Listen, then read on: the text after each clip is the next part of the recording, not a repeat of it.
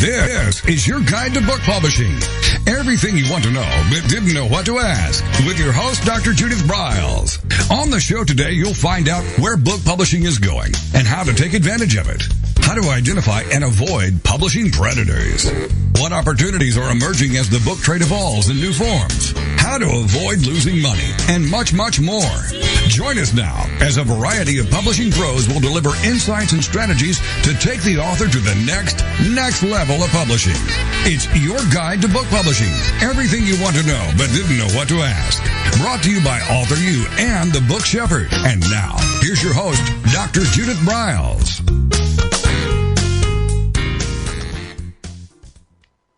How would you like to create book buzz, author buzz, marketing buzz, success buzz for you and your book? That's what today's show on AuthorU-Your Guide to Book Publishing is all about. And we are going to be focusing actually on an item that a lot of people really don't talk about, but it's a great way to increase your influence factor, to really show that you're an expert and a player in a variety of topics and areas that you have honed in on. And with us is Sandra Beckwith, and she's an author herself, as well as a national award-winning former publicist, which kind of gives her a double whammy here, who now teaches authors how to save thousands of dollars by doing their own publicity, promotion, and marketing.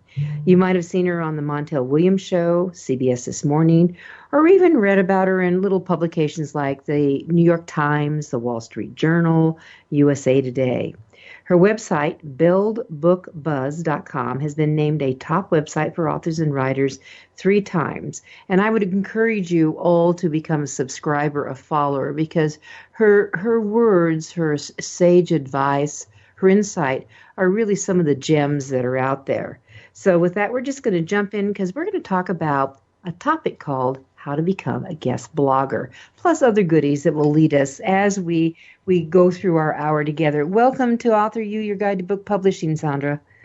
Thank you, Judith. It is always fun to have these conversations with you. Because you never know where they're going to go, right? Well, first of all, you have such a lovely voice. So I find myself, my shoulders dropping as I hear you. I'm just kind of relaxed and leaning in. And you always ask good questions. So it's always a pleasure. So thank you. You're welcome. One of the things I did when I threw in the influencer word as I was introducing you, because one of the things I did yesterday on the 4th of July, because I celebrate, or I should say actually earlier this week, because we're taping this the day before we're actually airing, but that I always celebrate the 4th of July and what it means, because it's freedom of our words, our thoughts, our ideas, that we as authors and writers can express them still, and how critical it is, and how those words can change the lives of just so many. Sometimes you never know. You never know, Sandra, how your words, whether they're verbalized or they're in written form or audio form, can really carry someone into a whole nother level that you might not even envision. So I just think it's such a powerful thing to cheer for. So that's just my 2 bits, my independent thing. Amen. Yeah, I just really believe that. I one of the things I did over the 4th in the morning, I did some fine tuning, but there is a book coming out on influencing and how the influencer effect, I think he's calling it. And he asked me to write a chapter if I could pop it in, and it actually ties in. And this is another theme that I have that we authors need to do, is to understand how to repurpose your work and carry it into other things. Just don't write something for one time. And how it really is going to be a key part of my next book, which is the author's guide on how to create the $1 million speech. And the chapter really was on how to create a live event. How do you do a live event, whether it's on the phone, whether it's online, whether it's as a summit or maybe just a webinar. That's a live event. Whether it's you gather people and you bring them together. I just finished my annual June meeting, the Judith Briles Book Publishing Unplugged, where I limit it to, I was limiting it to 35 and I let 47 people come this year because I have to really know what their books are about if I'm going to be able to help them. And that how do you run this stuff? Because how do you create a live event? That's how you carry your expertise. But one of the things that you're talking about is carrying your expertise into the guest blogging world. So let's kind of jump into that because I haven't read a lot about how to become a guest blogger. So I guess maybe Sandy, what you ought to do is say just what is a guest blogger and why should an author care about doing that? Yeah, great question. Let's start with what is guest blogging. Many authors have their own blogs, they write content for on a regular basis. But what they don't realize is that they can be guest bloggers for the sites of other bloggers who reach their target readers.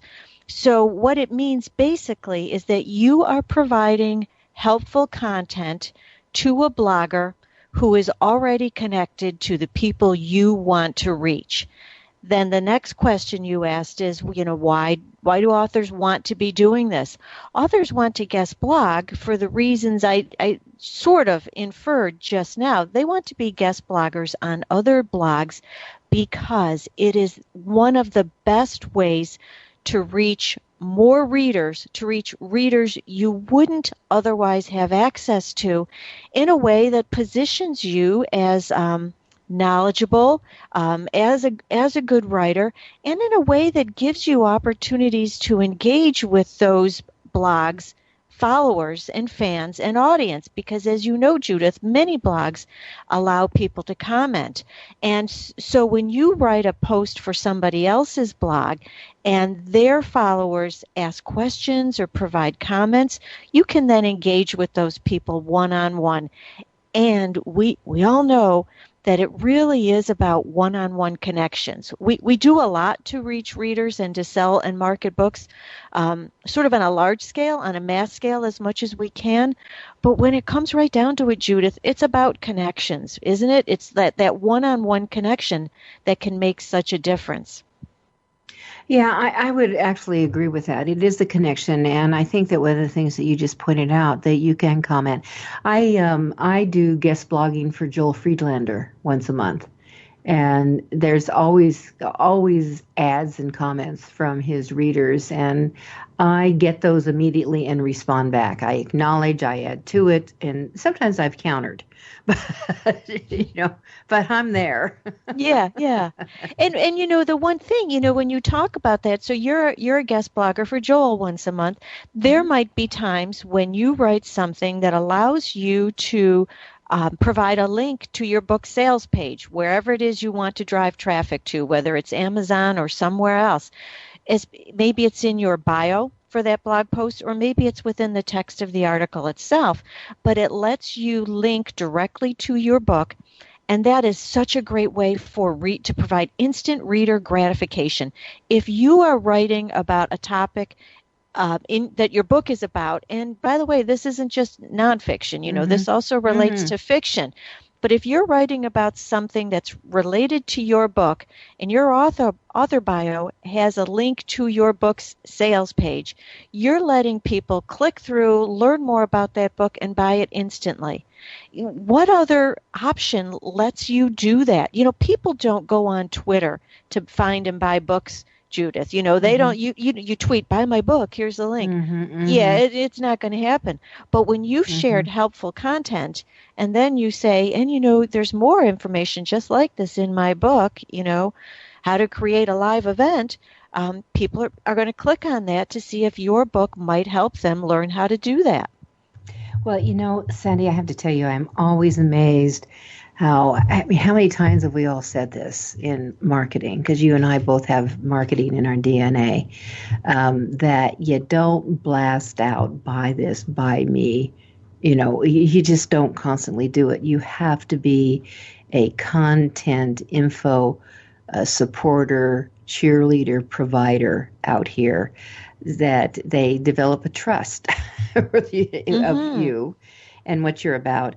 And then when you do have something that says, hot spit, I have a new book out and here's what it's about, and you can give the link, they'll go take a peek and look at it. Or if you're in some kind of a campaign, or you're recommending, because I do get behind a lot of my clients when they have crowdfunding going on. If when I believe in it and I want to support it, I do want to do that, and I will let my peeps, because Twitter is one of my favorite things that I use, know about it, and it does make a difference. But the reason why I think it makes a difference is because it's not what they get all the time from me. I'm usually sharing a variety of other things. Exactly. And there's that ratio. It's like 80 to 20, 80% useful, 20% selling, or 80% information, maybe is the way I should put it, 20% selling. And that's exactly what you do. And in that 80%, you're building your authority, your reputation. You're getting people to trust you as a great source of information they need. So you're exactly right. That 20%, sure, they don't mind if those are marketing links. No, and every once in a while. And, I think that I have to tell you, I'm guilty of always selling, of not reselling and linking over to some of most of my blogs, actually, that I do for other people, because they said, can you do something on this? And I recently did. I think I did not too long ago, how to write the perfect author one sheet for Joel. And Joel came and says, I like this so much, I'm going to copy what you did. And you know what? I love it. But I wasn't selling anything. I didn't have a product to sell. I was just selling people, this is what you need to do. And actually, I just went through a very massive makeover. I mean, we're doing a lot of really very strategic makeovers in those things. And I think that's what you're about in your building your book buzz and your market buzz. Out here, is that you've got to have that information so they think people know that not only that person can walk on water, they know what they're talking about. With that, we're gonna take a quick break. We're gonna get right back. So, number one, why do your guest blogging? Because it makes a difference. It's AuthorU, your guide to book publishing.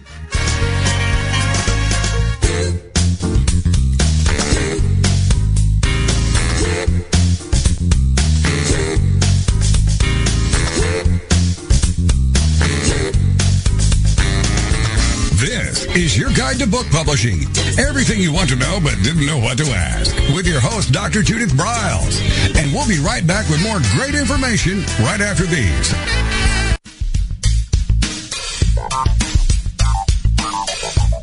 Is there a book in you or another?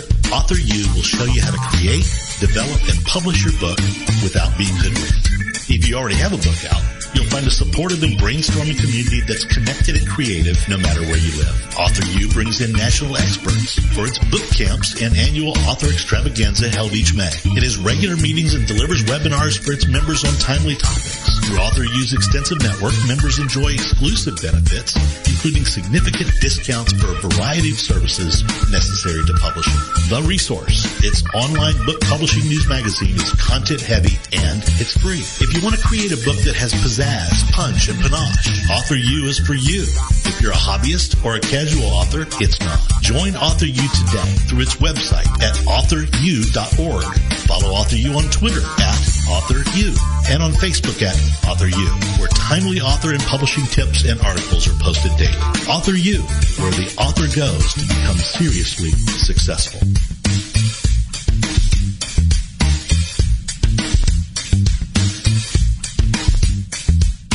First impressions are everything in the world of book publishing.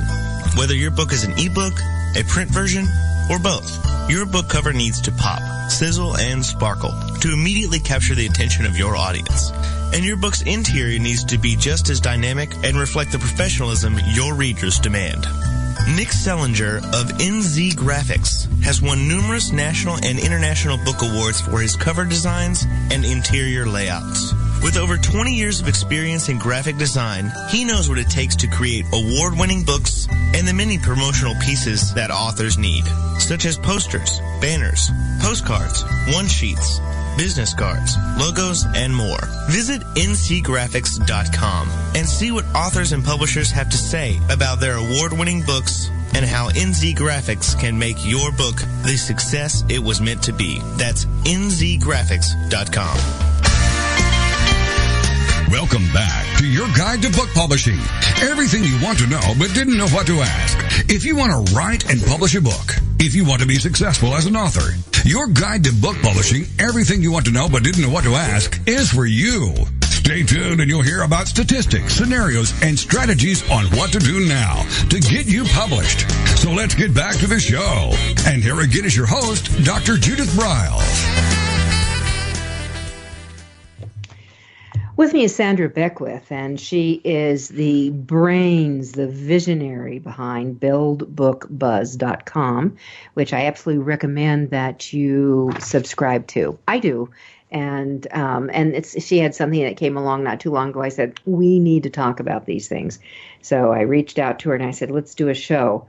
And then she said, how about doing one on how to become a guest blogger? And I said, why not? Actually, anything she would have suggested, I would have said, why not to? But I liked this idea.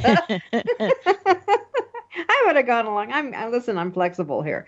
And guest blogging is really important. And I just, here's the first tip, that she really threw out that I haven't done because I'm so intent on supplying information and how-tos that I really don't consciously link back to somewhere in my own blogs to whether I want to link them back to a website or maybe a specific book I have written that might contain some of this information.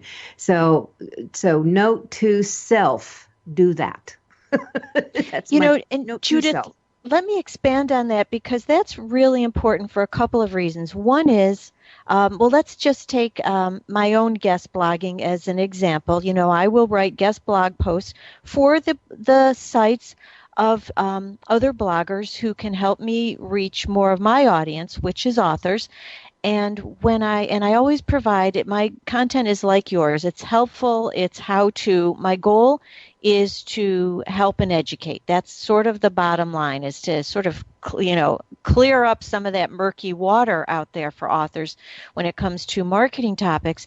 But within those blog posts, I usually can find a way to link back to more helpful content on my own blog because I just have a ton of free content on my blog. And my thinking is, let's get this out to more people. So my blog post on, let's say, your site is helpful information, but within that, I've got links to even more specific information on certain aspects of that back on my blog post.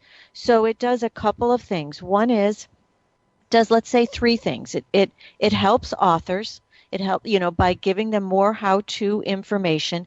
It helps me because it says to authors, hey, I know what I'm talking about. You can trust me. And, that's a good thing when you're teaching authors how to market. And then the third thing it does that many times gets overlooked is that it's really good for your site's search engine optimization, the SEO, because your SEO, the more links you have coming back to your site from other trustworthy sites, the better your SEO, meaning the higher your site will turn up in search engine results. So if I'm blogging on your site, guest blogging on your site, and you have a respected site, and you do, if I've got a few links in my guest post that take people back to content on my blog, I have just made sure that when somebody searches on Google or another search engine for a topic that I write about, that my articles are going to show up before somebody else's because the links back to my site have said that my site is as trustworthy as yours. Which is really smart to do. And I haven't aggressively done that. So I'm going to certainly do some changing because I'm sitting with a boatload of information on the 2 sites that I write blogs for 2 and 3 times a week. And just because I'm just throwing out content all the time. And I actually could do crossing over between the 2 of them easily and doing that, but also to others and seeing what's going on. And I think that people need to keep in mind, and I know, you need to keep in mind that since Google is the big search engine god in the sky, basically, that it's hungry. It is hungry, and that we need to feed it. So the more little tidbits that you can give them, whether it's a main course, an appetizer, or a dessert, if you can have yourself or something that you are tied to within that with a link, the Google gods will be very happy. So keep that in mind, all of you. Except now you're making me hungry. Oh, there you go. Well, I mean, you're not done with after the weekend of all the feasting. Yeah, true. It's gone on. All right. So, but that is, you have to remember, Google is hungry. Google is hungry. And also it's not only Google, but the next big one is YouTube, which actually Google owns too. But if you have any videos up on YouTube that talks about what you're talking about, link to it, tie it in, write a little something up about it and do the link in more. And tie it in. Or here's another idea. If you have done, like on my personal website, thebookshepherd.com, that I have for each section, each tab someone would open up, a little video comes up. It could be 15 seconds. There's one for a few minutes where I'm talking to the visitor saying, this is what's going to happen within this section. You could link to something like that.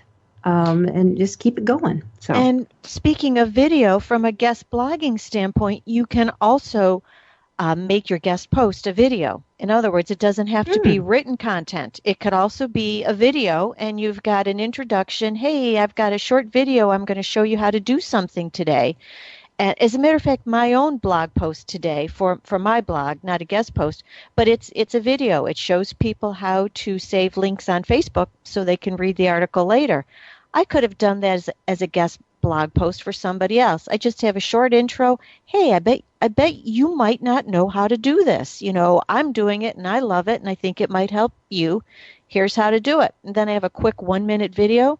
And then I also include just sort of a loose translation because not everybody likes to watch video. So I have just sort of a loose transcript, not translation, but transcript of what I said in my 1-minute video. And bam, we're done. You can do that sort of thing for a guest blog post as well. So my point is, it doesn't have to be video written content. It can be video. And you can also think of podcasts as guest blogging as well. So let's say, Judith, like this right now, this audio interview, this can be considered a form of guest blogging, really, because we are providing helpful content to your audience just in an audio format. So when you sort of open up your mind to the possibilities, it can be really appealing, for different kinds of people, different kinds of personalities. Extroverts might like audio. Introverts might like written content. Mm-hmm. And it's the visual, the audio, the reading. It's the comparison. I always say, when you go to a restaurant, you usually don't go in just to look for one item on the menu. You want to have options because there's going to be something. If you've got 4 of you, you're not all going to want the same thing. Give them options out there. So I love that idea. So creating a video blog. And you can make it short and sweet. It could be longer, but you could also say, here's a tip, or maybe you've got a PowerPoint presentation you've done. You can pull a couple of slides out. You can use something like Jing, JING.com, which is a free service. You can go up to 5 minutes, and you could add in some goodies into that and really fix it up. So that might be fun. So I'm gonna play around with that, Sandra. I like that idea. Good. Glad to hear it. I like that, and I'll go over and make sure I look at your blog this week so I can see, all right, exactly what you're doing. And I think your head's on that you've got to do the write-up too. a little bit, because some people will clip on it and going into it. And here's another thing. If you have a video, I would encourage you to, when you're introducing it, in this short video of less than 2 minutes, because I have so much time I can use. And I was watching a video this morning, and then all of a sudden I realized this isn't a couple of minutes, and I figured it was 27. I'm out of there. I didn't have 27 minutes to watch this video. I'm right there with you, short and sweet. Yeah. So let people know. Give them a heads up as you go along. So let's get into seeking out, pitching to a guest blogger. Is this something you wait for them to come to you, or do you go out to them? What do you think? Well, it goes both ways. Sometimes they do come to you, but you have to go to them as well to really be successful at this. So the first thought is, okay, I've got to find the blogs, that I want to guest blog for. How do I do that? Where do I start? Well, the very first step I would recommend, Judith, is start with the blogs that you already follow and read. Exactly. What are those blogs that you like? What are those blogs that are helpful to you? There's a really good chance that if they're blogs you're interested in, that they probably reach your target audience. It's not a guarantee because it depends on the situation. But let's say you're a romance writer and you follow a couple of blogs by other romance authors. Good chance that they might be a great host for any kind of content you can provide that's related to your work as a romance author. So start with those blogs that you are already connected to. And the other thing to think about is Google your top competitor's name and the words guest blogging and see what comes up, because you will probably find the sites where they have been active as guest bloggers, and those sites might host you as well. And especially, if you're thinking, if you have something new coming along, I'm going to add to that. If you have something new coming along, a book, for example, maybe a new product, maybe a new service, maybe a new event, fill in the blank, that you do want to know who these top influencers are, which you all should do that. I've ragged on that for years, that you want to know who they are, and you should follow them, by the way, and you do that approach, and when you do follow them, you know what they're looking for, you know what their tone is, you know what their style is. We're going to be right back. It's AuthorU, your guide to book publishing. We're talking guest blogging, and our guest today is Sandra Beckwith.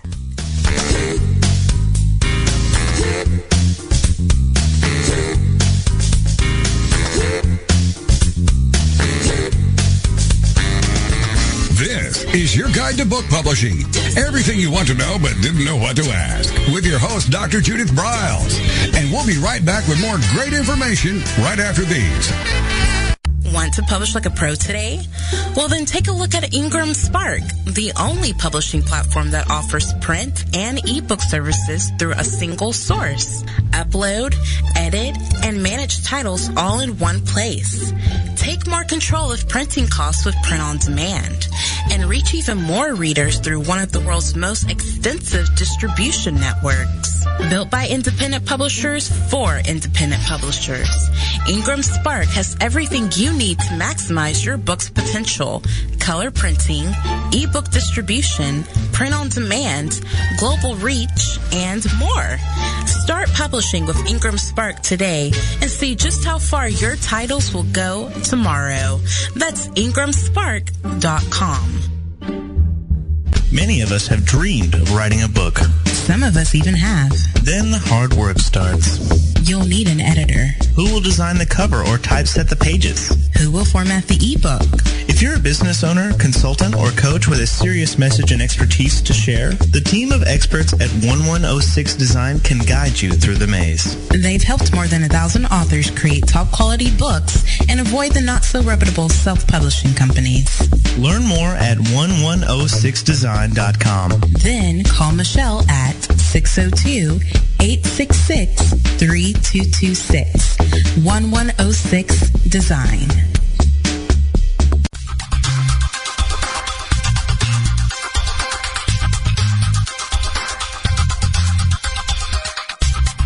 When Ned Thompson and Harry Shore started Thompson Shore in 1972, they believed employees with great character would make up the best company. They were right. They hired people who were not only experts in bookmaking, but who were obsessed with quality and delivering exceptional customer service. Almost 40 years later, Thompson Shore remains a 100% employee-owned company. Ned and Harry knew that successful customer projects are a direct result of empowered employees. We specialize in all books for large and small publishers. Creating beautiful and well-made books, we're dedicated to pleasing our customers by making the experience a good one from start to finish. The personal touch we have with our customers allows us to be innovative in solving their most difficult challenges. Our platform also ensures that we can remain flexible to meet our customers' unique needs and expectations. Our marketing kit can create buzz for your title, enhancing the promotion of your book during infancy. When you need to test the market to gauge your future sales, we can provide digitally printed books that will transition seamlessly into a larger offset run. From ebook to hard copy to delivery, our skillful customer service teams are at the ready to answer your most pressing question. At Thompson Shore, we know that making the highest quality books requires more than just best technologies. It requires superior customer service, professionalism to the trade, and commitment to environmental and social values. With these standards of excellence in place, you can be sure that we will always help you put your best book forward.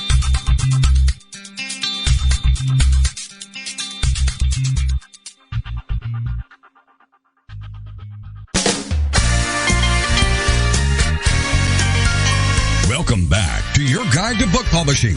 Everything you want to know but didn't know what to ask. Coming up, you'll hear more about statistics, scenarios, and strategies on what to do now to get you published. So let's get back to the show. And here again is your host, Dr. Judith Briles. Today on AuthorU-Your Guide to Book Publishing, we're talking about blogging, but not just the blog that shows up on your site, and you are blogging, right? We're talking about doing blogging for others. Now, there are variations of that on how to do that, and is this a one-shot blog that will never show up anywhere again, or are there ways to do tweaking that it can have more than 9 lives? Our guest is Sandra Beckwith, and Sandra is just an expert in not only book marketing, but actually book publicity as well. She's got both of those, entwined in her DNA. Her website is buildbookbuzz.com. And we're talking about how to become a guest blogger. So, Sandy, one of the things that, I was spooked about, and I was afraid, I was really putting a lot of energy and time into creating a one-of-a-kind blog. And then you're thinking, because they wanted first rights, they wanted can't show up anywhere else before, at least that you penned. How do you fix that? Because that's exhausting at times. And then you're thinking, I can't use it again. I want more lives out of things. So what can authors do? I love that question, Judith. So here's what's underneath this. Going back to search engine optimization, SEO, mm-hmm. Google doesn't like duplicate content. So like many other guest blog hosts, meaning I accept guest blog posts, so that makes me a host, I want what I might call original content. I don't want you to give me an article that's already run word for word on your website, because Google's going to penalize both of us, and me more than you, because I'm the second user of that exact same article. So when I say to you, Judith, it needs to be an original post, you can't have run it somewhere else. What I also need to say to you, and what I do say to you, is it can be similar to something you've run before. I just need you to kind of change it up a little bit so it's not exactly the same, which then lets you repurpose existing content. And Judith, that's what it's all about. You don't want to write something once and just use it once. You want to write something and repurpose it so that Maybe one of your guest blog posts becomes the springboard for a podcast interview you do. It becomes the springboard for a video that you do. It might be the starting point of a LinkedIn article that you do because of LinkedIn has its publishing platform too. So you want to repurpose it, repackage it, and tweak it in many ways. But if we're focusing just on the written side of this, here's what you can do. Let's say you have got a great article on your site, a great blog post, really good reaction from your readers. You realize that you really struck a chord with people. And now you want to take that content to reach more of the right readers through guest blogging elsewhere. All you have to do really is massage that original post. The sorts of things I do, Judith, when I'm doing this is I have a totally different headline. So I rewrite the headline. I always rewrite the first paragraph. If I've got bullet points in the article, I rearrange them so they're in different order. If that's doable. If it's steps, you can't always do that. But if it's doable, I rearrange the bullet points, and I use new anecdotes. So if I've used you as an anecdote, one of your experiences, Judith, in my blog post, I am going to use somebody else's anecdote in my repurposed blog post that I share as a guest blogger. And if, let's say I've got steps, step 1, 2, and 3, and you can't reorder those because it would screw things up, I'll just kind of tweak the language so that maybe the first sentence for step 1 is a little bit different. So, and as a writer, this is what I do. I'm a words person. Don't throw any numbers at me, but I can do words.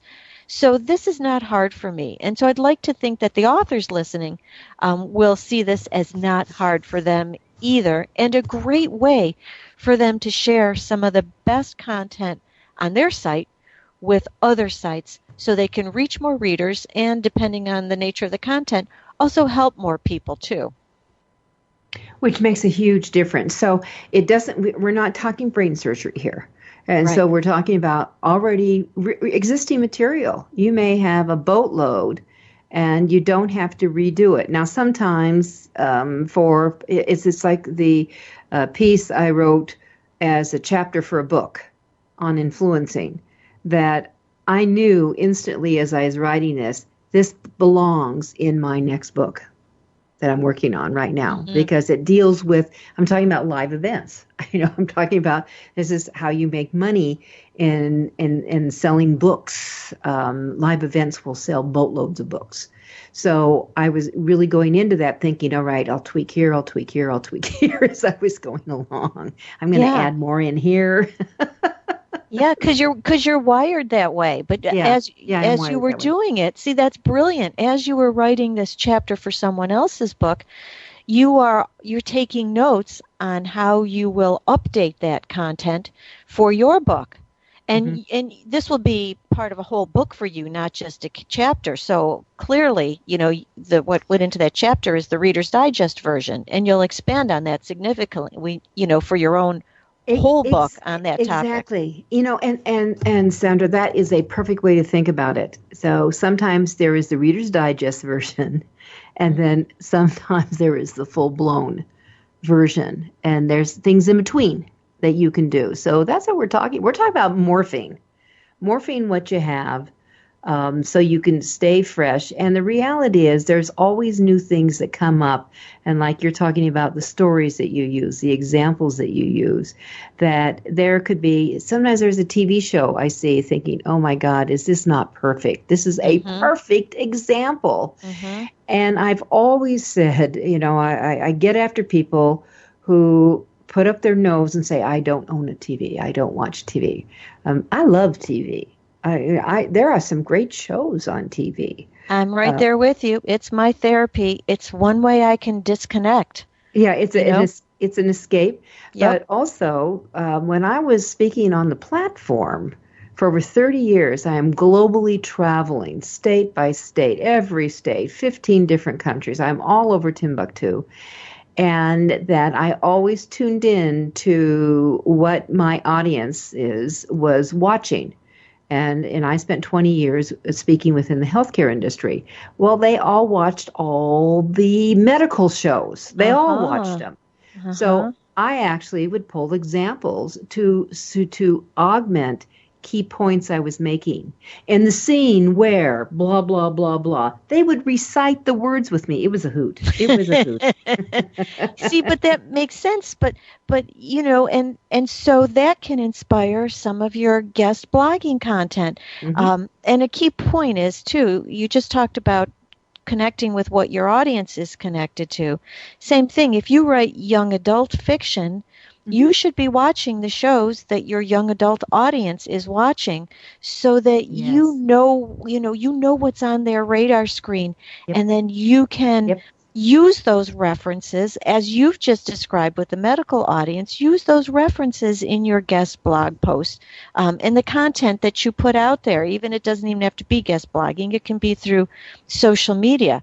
But you see the point. Well, and that's it. And also, here's the other thing for you fiction writers. The reason why it's important to look at this genre, watching the TV, we're kind of off the blog, a little bit off the blog here. I mean, you can come in and bring in and write blogs for your deals, but you want to make sure you're using the right jargon and the right language for your reader. And a lot of people don't get it. You know, I've seen people write children's books. This is too sophisticated. This is not what a 6-year-old is reading. I hate to tell you. You know, I've had arguments with authors, with some of my author clients I work with. So it's important. All right. So I love those 4 essential tips on how to repurpose a blog. Everyone pay attention to that. You've got to write a new headline. You have got to have a new paragraph opener, that opening, rearrange, do some things, get some new words in, additions. You want to make sure if you're using bullets, rearrange them. If you're using tip 1, tip 2, tip 3, maybe it's now step 1, step 2, step 3, and then new stories. Bring in some new stories, new comparisons, new examples. Or there may be a blasting headline that's going on in the news. I mean, maybe you newsjack something and bring that in as your opening story. So there's just some awesome things that you can do to make your life so much easier and expand your influence. And I think that's what Sandy's really talking about, expanding your influence as an expert, whether it's fiction or nonfiction. Would you agree, Sandy? Absolutely. And I will tell you, when I write as a guest blogger, when I'm providing content to other sites, honestly, Judith, I will totally admit to you that I pull from TV anecdotes. I've used anecdotes from Modern Family in my guest posts. I've used anecdotes from a show that's not on anymore, Malcolm in the Middle. If you ever get a chance. I love Malcolm in the Middle. You got to check out the one where his mom goes to a book club meeting and thinks that people actually read the books in book clubs.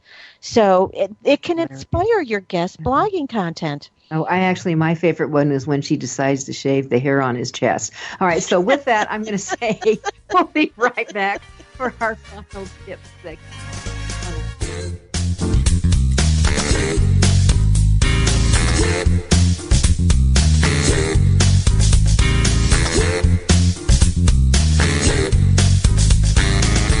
This is your guide to book publishing.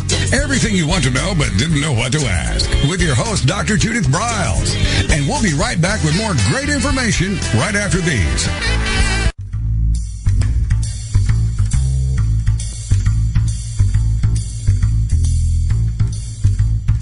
The book shepherding concept is simple. The publishing world is changing, and so must you. You need an experienced shepherd and a guide to partner with you as you create, strategize, develop, publish, and achieve your publishing goals. You can't do it alone without paying the price. You can spend your money creating a book that turns out to be so-so, or you can create a book that looks and feels classy, builds your brand, and is a financial success, a bestseller. It's your choice. You choose. You need the book shepherd. Publishing is riddled with obstacles, sometimes nightmares for the author. You don't need problems. You want solutions. Dr. Judith Briles will shepherd you through the maze and the chaos. At times, she's had to step in and rescue a book that has been sabotaged by a publisher or by a publishing service provider, or sometimes even the author themselves. Judith Briles is the book shepherd. If you want to create a book with no regrets, give her a call today. 303-885-2207. That's 303-885-2207. Or email her at judith@briles.com. By the way, Briles is spelled B-R-I-L-E-S. Follow Judith on Twitter at MyBookShepherd and on Facebook at The Book Shepherd.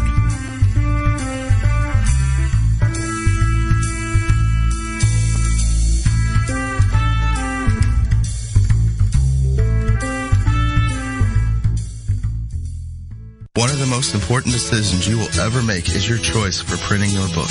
You are choosing a company which will be responsible for guiding you through the process and printing your book at a level of quality and detail that embraces your personal and creative needs. You want to choose a company that when your book finally arrives, you are delighted and ready to move on to the next level, and one that is customer focused. Choose King Printing Company and Addy Books to be that company that brings you to the next level.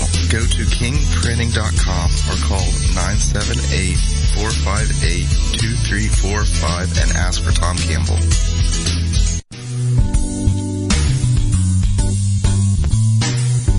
At Total Printing Systems, customer service is our priority. We are located in Southern Illinois. Our employees have an average of 18 years experience and know that customer relationships are important to our continued success. We have been a short-run book printer for nearly 40 years and always stay at the forefront of technology. Our niche is from 1 to 5,000 copies. Today, we offer digital, black and white, and 4-color high-speed inkjet printing, a cost-effective way to introduce color into your short-run titles. We, of course, offer traditional offset printing as well. Bindery is done in-house, from adhesive case binding to PUR perfect binding to mechanical binding of all types, including side sewing. We provide warehousing, kitting, distribution, inventory management, a new print-on-demand facility, streaming browser-based ebooks, and bookstore. Call us at 1-800-465-5200 for a quote on your next book project. You can also visit our website at www.tps1.com. Welcome back to your guide to book publishing. Everything you want to know but didn't know what to ask. If you want to write and publish a book, if you want to be successful as an author, your guide to book publishing, everything you want to know but didn't know what to ask, is for you. Stay tuned and you'll hear about statistics, scenarios, and strategies on what to do now to get you published. So let's get back to the show. And here again is your host, Dr. Judith Briles. All right, this show has whizzed by here, but so we have like 12 minutes, so I want to do some quick recaps here with Sandra Beckwith, the amazing brains behind buildbookbuzz.com. And we're talking about guest blogging, and we went through the repurposing thing. What's a guest blog? You know, how to do linking. Make sure you link either to yourself or something else because it gives SEO juice. I love that phrase, SEO juice, that comes up with it. And that, how do you find some of these top bloggers in your area? And you're going to do a Google search, and you're going to Google guest blogging. And then you're going to do whatever your pitch is. So, Sandy, what's some of the other things that we can do? And what other tips can we really give to become a successful guest blogger? And also, I'd like you to kiss on some of the ongoing mistakes you see. Okay. Well, let's kind of roll back the clock to when we were talking about how to find blogs to be a guest blogger for. I'd mentioned two things. What are the sites that you're already connected to? And then the other one was Google your competition and see where they are guest blogging.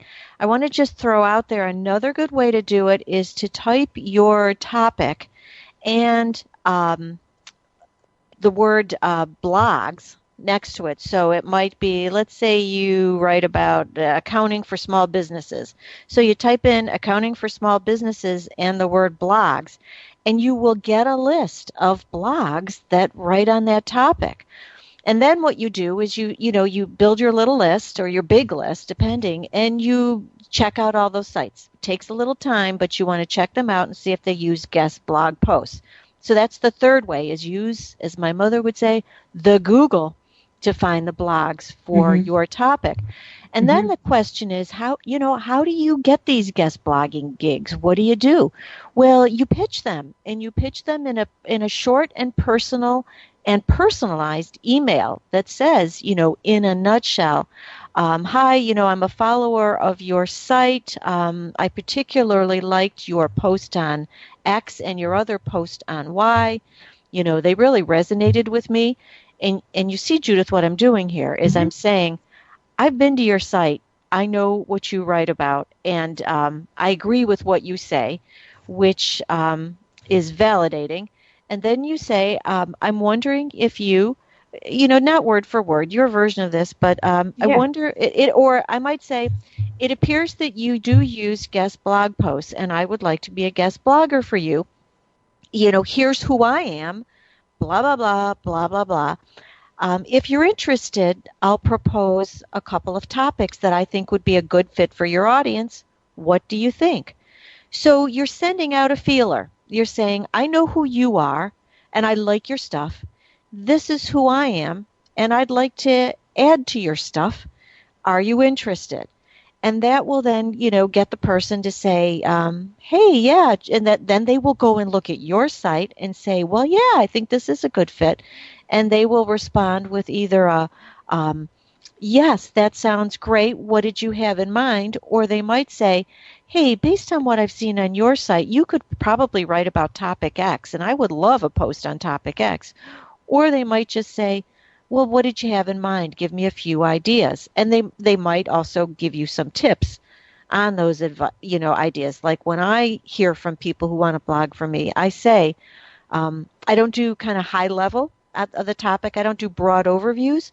I sort of dig down into the nitty gritty. It's pretty much how to do a specific thing. It's not why you should be marketing your books. It's the 5 most effective ways to market your books, that sort of thing. So sometimes they will give you that kind of advice. And many times they will have guidelines that they will give you for guest blogging. And by the way, when they give you guidelines, follow them. And then there are some times where, you might get a response and then you might not get a response. And so when you don't get a response, just follow up. That's okay.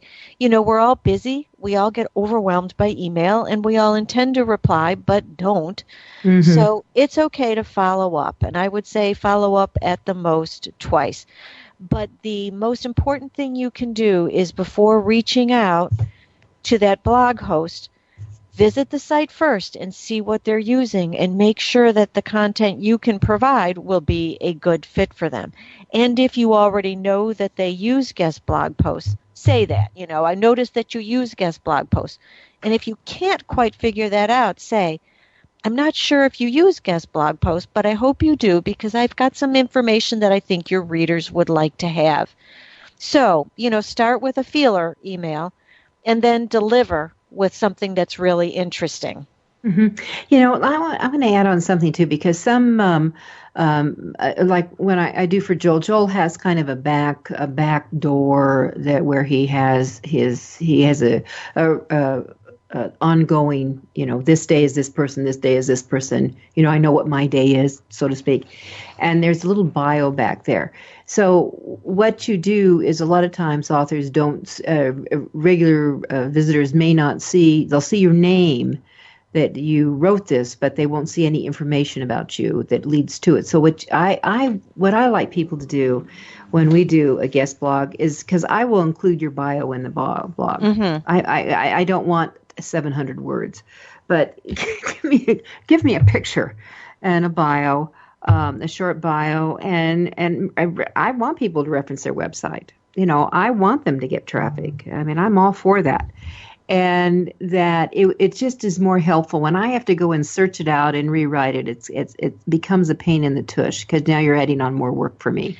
Exactly. And that is really the whole point of guest blogging is so that you can include that important bio that says, mm-hmm. Here's who this person is and here's why you want to know about them. Mm-hmm. And so my guest blog post guidelines that I send to people who write for me includes, send me a headshot.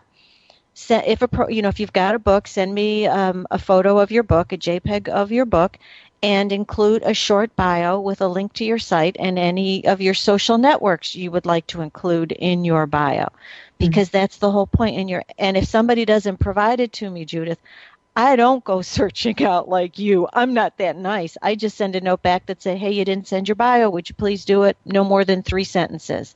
Mm-hmm.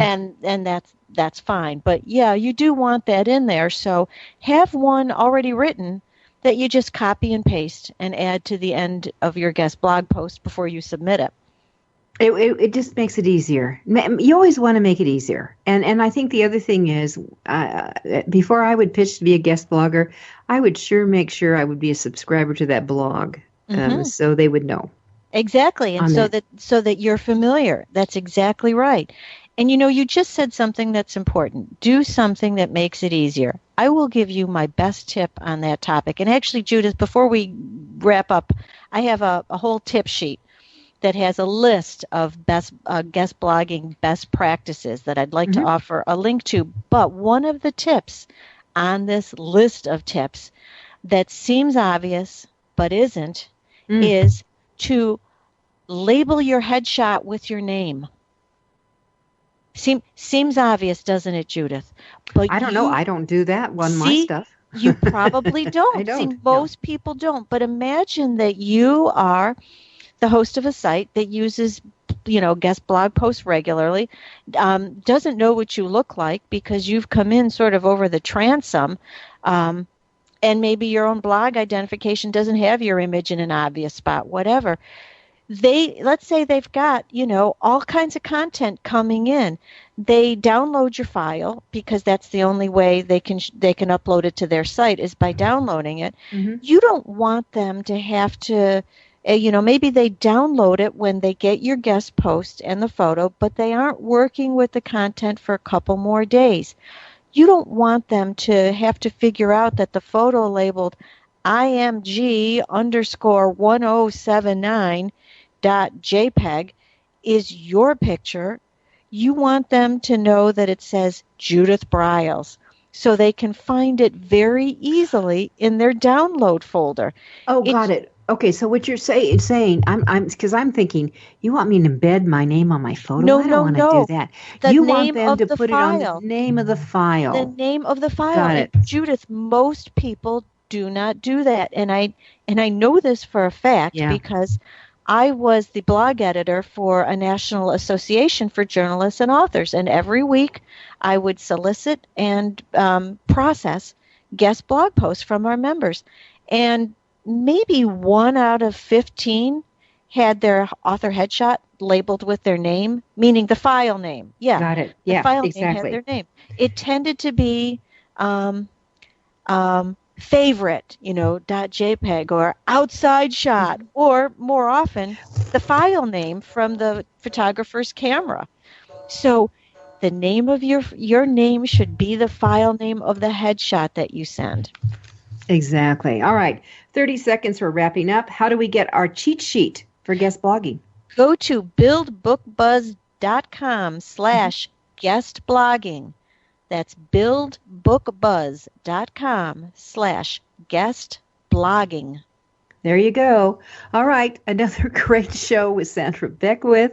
It's AuthorU, Guide to Book Publishing. Everyone have a fabulous writing and publishing week. We'll see you next week.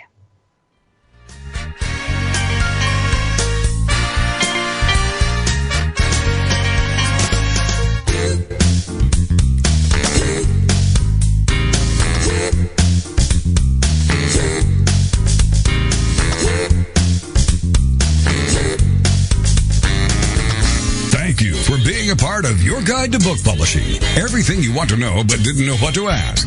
With your host, Dr. Judith Briles. Each